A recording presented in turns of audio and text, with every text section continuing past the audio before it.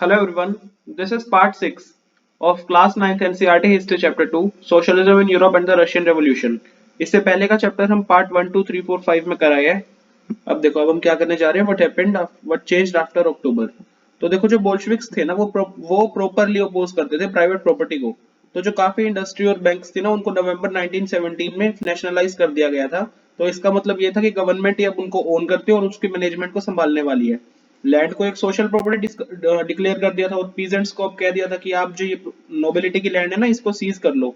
तो सिटीज में ना बोल्शेविक्स ने ना जो बड़े बड़े घर होते थे उनको पार्टीशन कर दिया, उनको बांट दिया फैमिली रिक्वायरमेंट्स के अकॉर्डिंगली। उन्होंने जो ओल्ड टाइटल्स थे ना अरिस्टोक्रेसी के, कोई कोई टाइटल लिए बैठे, इन सबको बैन कर दिया।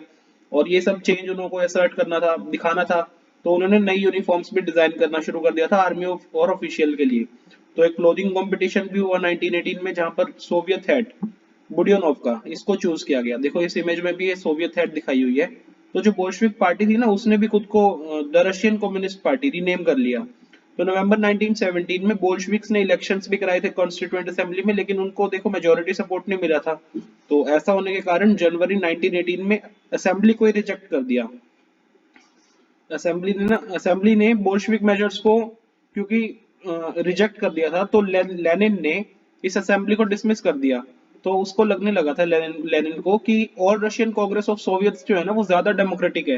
एक ये जो अनसर्टेन कंडीशंस में असेंबली बनी थी इससे ज्यादा डेमोक्रेटिक होगी all Russian Congress of Soviets. तो मार्च 1918 में पॉलिटिकल अलाइज जो थे वो अपोज कर रहे थे, लेकिन बोल्शेविक्स ने फिर भी जर्मनी के साथ ब्रेस्ट लिटोस्क इस जगह पर पीस भी बना लिया था, शांति भी स्थापित कर दी थी। तो देखो जो ईयर्स थे ना, मतलब साल जो बढ़ते गए अब बोल्शेविक्स के राज में, तो बोल्शेविक्स ना अब वन पार्टी बन गई थी, मतलब सिर्फ एक ही पार्टी बन गई थी जो कि इलेक्शंस में पार्टिसिपेट करती थी all Russian Congress of Soviets के इलेक्शंस में।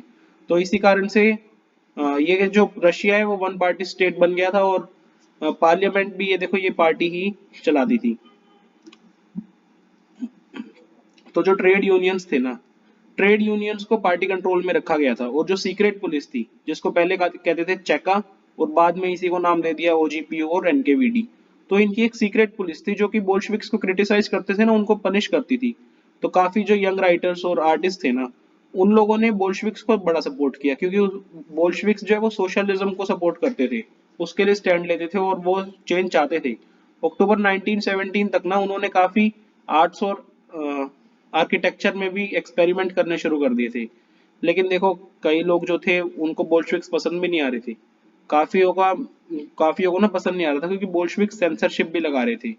तो कुछ लोग विरोध भी करते थे बोल्शेविक्स का। अब देखो इसमें दिखाया हुआ है जो अक्टूबर रेवोल्यूशन हुई थी ना उसी के बेसिस पर दो व्यूज दिखा रहे हैं अब कि लोगों का क्या सोचना है। देखो पहले में है, देखो पहले में क्या बताते हैं एक व्यक्ति कि ये जो अक्टूबर में जो रेवोल्यूशन हुई थी ना, अक्टूबर 25 1917 को जो ये रेवोल्यूशन हुई है, विद्रोह हुआ है, तो इसकी न्यूज विलेज में पहुंच गई थी उसी दिन पर और इसको लोगों ने बहुत अच्छा लगा था सुनकर इस न्यूज को। जो पीजेंट्स थे अब वो उनके लिए फ्री लैंड आ गया है और एक वॉर का एंड हो रहा है इस विद्रोह के कारण।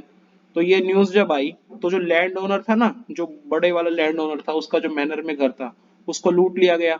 उसके जो स्टॉक फार्म्स थे उनको भी बांट लिया और जो उसका ऑर्चर्ड था उसको काट लिया और सारा वुड जो है पीजेंट्स को मिल गया। जितनी भी उसकी दूर दूर तक बिल्डिंग्स थी उसको तोड़ फोड़ दिया और सारा का सारा डिस्ट्रीब्यूट वो भी पीजेंट्स में हो गया, जो कि एक तो वो खुश भी थे क्योंकि वो नई सोवियत लाइफ जीना वाले हैं। अब देखो अब ये दूसरी बात है, ये तो था उन्होंने लूटा। अब एक व्यक्ति मिखेलोविच, ये एक व्यक्ति है, ये मालिक था एक बड़ी लैंड का। तो अब उसके विषय में कोई बताता है। तो ये जो तख्ता पलट हुआ ना ये थोड़ा सा पेनलेसली हुआ है और पीसफुली हुआ है। फर्स्ट डे जो था वो तो अनबियरेबल था, वो तो सहन नहीं हो रहा। मिखेलोविच ये जो व्यक्ति है ये शांत है, लड़कियां भी शांत है। तो जो बता रहा है उसको कहना पड़ेगा कि चेयरमैन जो है वो एकदम करेक्टली बिहेव करता है, पोलाइटली बिहेव करता है। हमारे पास दो गाय है, दो घोड़े हैं।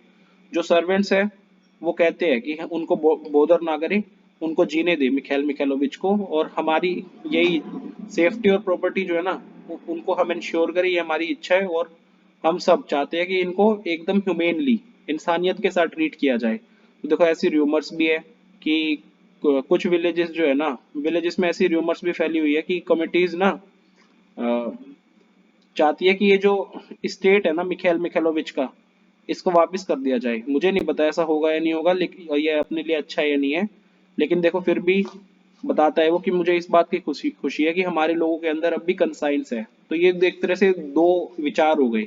एक मिखाइल मिखालोविच, इनका तो सब कुछ लूटा गया इस रेवोल्यूशन के कारण, और ऊपर जो केस था उनको फायदा हुआ इस रेवोल्यूशन से। The civil war.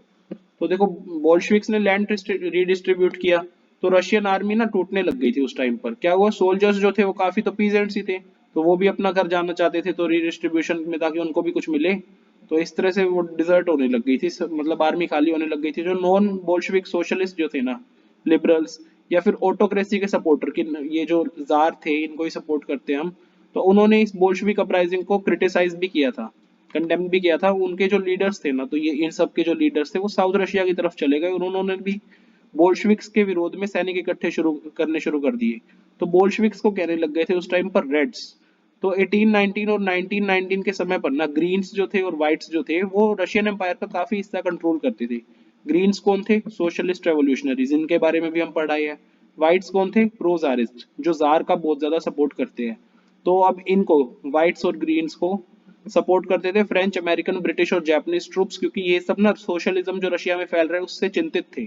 तो ये ट्रूप्स जो थे ना, और जो बोल्शेविक्स थे, इनके बीच एक सिविल वॉर हुई। तो उस टाइम पर लूटपाट, डाकू वगैरह आना या फिर भूखा रहना, ये सब कॉमन हो गया था, फेमाइन्स। तो जो प्राइवेट प्रॉपर्टी के सपोर्टर्स थे ना व्हाइट्स के बीच में ही, उन्होंने काफी हार्श स्टेप्स भी लिए हैं। हार्श स्टेप मतलब कुछ तगड़े काम भी किए हैं उन पीजेंट्स के खिलाफ जिन्होंने इस लैंड को सीज कर लिया है। तो इन्हीं एक्शंस के कारण ना जो नॉन बोल्शेविक्स जो थे ना, उन्होंने अपना कुछ सपोर्ट खो भी दिया, क्योंकि उन्होंने काफी स्ट्रिक्ट मेजर्स लिए थे। तो जनवरी 1920 तक क्या हुआ, जो बोल्शेविक्स थे ना वो जो रशियन एम्पायर था उसका काफी हिस्सा कंट्रोल करते थे। पहले जो रशियन एम्पायर था ना उसका काफी हिस्सा बोल्शेविक्स कंट्रोल करते हैं। तो इसमें सक्सीड क्यों हुए थे, क्योंकि देखो उस टाइम का रशियन एम्पायर बहुत बड़ा था, तो इसमें काफी एरियाज आ जाते थे। आज का जो यूक्रेन है ना उसका भी काफी हिस्सा रशियन एम्पायर में आ जाता था। तो ये जो उस टाइम पर नॉन रशियन नेशनैलिटीज जो थी ना वो बोल्शेविक्स को सपोर्ट करती थी, और मुस्लिम जदीदिस्ट भी सपोर्ट करते थे। नॉन रशियन नेशनैलिटीज मतलब वही जो इस तरह के हो गए ना, जो रशिया में नहीं आते लेकिन अभी ये रशियन एम्पायर में थे, इस तरह के लोग बोल्शेविक्स को सपोर्ट करते थे। तो ये जो कोऑपरेशन था ना ये उन जगह पर नहीं चला जहां पर रशियन कॉलोनिस्ट जो थे ना वो खुद ही बोल्शेविक्स बन गए थे, क्योंकि रशिया की उस टाइम पर जैसे किर्गिस्तान वगैरह ये सब कॉलोनीज थी। तो रशियन कॉलोनिस्ट जो थे, जो इन कॉलोनीज को संभाल रहे थे, वही बोल्शेविक बन गए, तो उधर नहीं चला कोऑपरेशन। जैसे देखो खीवा है सेंट्रल एशिया में, इधर बोल्शेविक्स, ये जो कॉलोनिस्ट थे ना जो बोल्शेविक्स को सपोर्ट करते थे, उन्होंने लोकल जो नेशनलिस्ट थे उधर के लोग थे, उनको ही मैसेकर कर दिया, उनको ही मार दिया, क्योंकि और उसको नाम क्या दिया कि हम सोशलिज्म को डिफेंड कर रहे हैं। तो देखो ये जो सिचुएशन थी, तो काफी लोग कंफ्यूज हो गए कि ये बोल्शेविक लोग कर क्या रहे हैं, ये क्या बता रहे थे, कर क्या रहे हैं, हमारे ही लोगों को मार रहे हैं। तो इसको रेमेडी करने के लिए, मतलब इसका इलाज करने के लिए ना, तो काफी जो नॉन रशियन नेशनैलिटीज थी उनको ऑटोनॉमी दे दी। यूएसएसआर में उनको एक ऑटोनॉमी दे दी कि भैया आप अपना, अब आप सेल्फ गवर्निंग हो। यूएसएसआर वो स्टेट था जो कि रशियन एम्पायर से बना था, बोल्शेविक्स ने बनाया था दिसंबर 1922 में।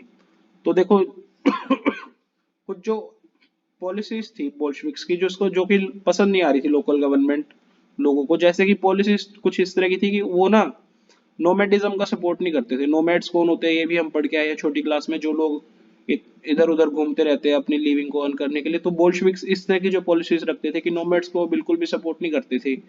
और कुछ जो और भी पॉलिसीज थी जो कि वो कोशिश तो करते थे कि ये जो डिफरेंट नेशनैलिटीज के लोग हैं, यूक्रेन, किर्गिस्तान, कजाकिस्तान, ये सब हो गया, इस तरह के लोगों को जीत पाई, ये भी सक्सेसफुल नहीं रही। तो ये थोड़ा सा बोल्शेविक्स के लिए नेगेटिव पॉइंट रहा है।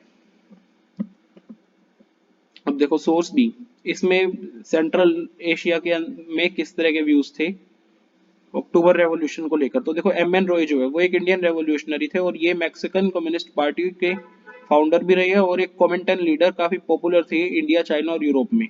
तो जब ये सिविल वॉर हुई ना 1920s में, उस टाइम पर वो सेंट्रल एशिया में थे, और वो लिखते हैं देखो, जो चीफटेन है वो एक उदार और बूढ़ा व्यक्ति है, और जो चीफटेन का अटेंडेंट है ना वो एक यूथ है जो कि रशियन में बोलता है। तो उसने उन्होंने रेवोल्यूशन का सुना हुआ था। तो जब देखो उन्होंने सुना कि जार को ओवरथ्रोन कर दिया है, जार को हटा दिया गया है, और जो जनरल्स थे उनको भी हटा दिया गया है। तो उन्होंने किर्गिज का होमलैंड जो है ना वो जीता हुआ था, कब्जाया हुआ था। तो जो रेवोल्यूशन है उसका मतलब क्या है कि किर्गिज अपने जमीन के फिर से मालिक है। तो वो चिल्लाने लगा कि लॉन्ग लिव द रेवोल्यूशन, मतलब उसको रेवोल्यूशन इतनी पसंद आई कि एक तरह से लगने लगा कि वो पैदा ही बोल्शेविक हुआ है। तो पूरा ट्राइब भी एक तरह से बोल्शेविक सपोर्टर हो गया। अब देखो ये दूसरा व्यू हो गया। जो किर्गिज थे ना, उन्होंने पहले तो इस रेवोल्यूशन को बहुत सपोर्ट किया, उनको पसंद आया, लेकिन जो सेकंड रेवोल्यूशन हुई इससे उनके मन में आतंक आने लगा। फर्स्ट रेवोल्यूशन ने तो उनको जारिस्ट रजीम के ऑपरेशन से दबाव से फ्री करा दिया था, और उनके अंदर होप आने लगी थी कि ऑटोनॉमी उनको फिर से मिल जाएगी, अब वो अपने मालिक फिर से होंगे। लेकिन सेकंड रेवोल्यूशन जो थी उसमें इतनी वायलेंस हुई, लूटपाट हुई, टैक्स आने लग गए थे अब, और डिक्टेटोरियल पावर आ गई थी। तो उनको ऐसा लगने लगा कि एक बार जारिस्ट ब्यूरोक्रेट्स जो थे ये किर्गिज लोगों को अपोज करते हैं, ओप्रेस करते हैं, अब यही सब लोग वापस से उसी रजीम की याद दिला रहे हैं। तो ये इस तरह के दो व्यूज थे। इसी के साथ ये वीडियो हम खत्म करते हैं। चैप्टर के आगे का हिस्सा हम सब्सिक्वेंट पार्ट्स में करेंगे। Thank you.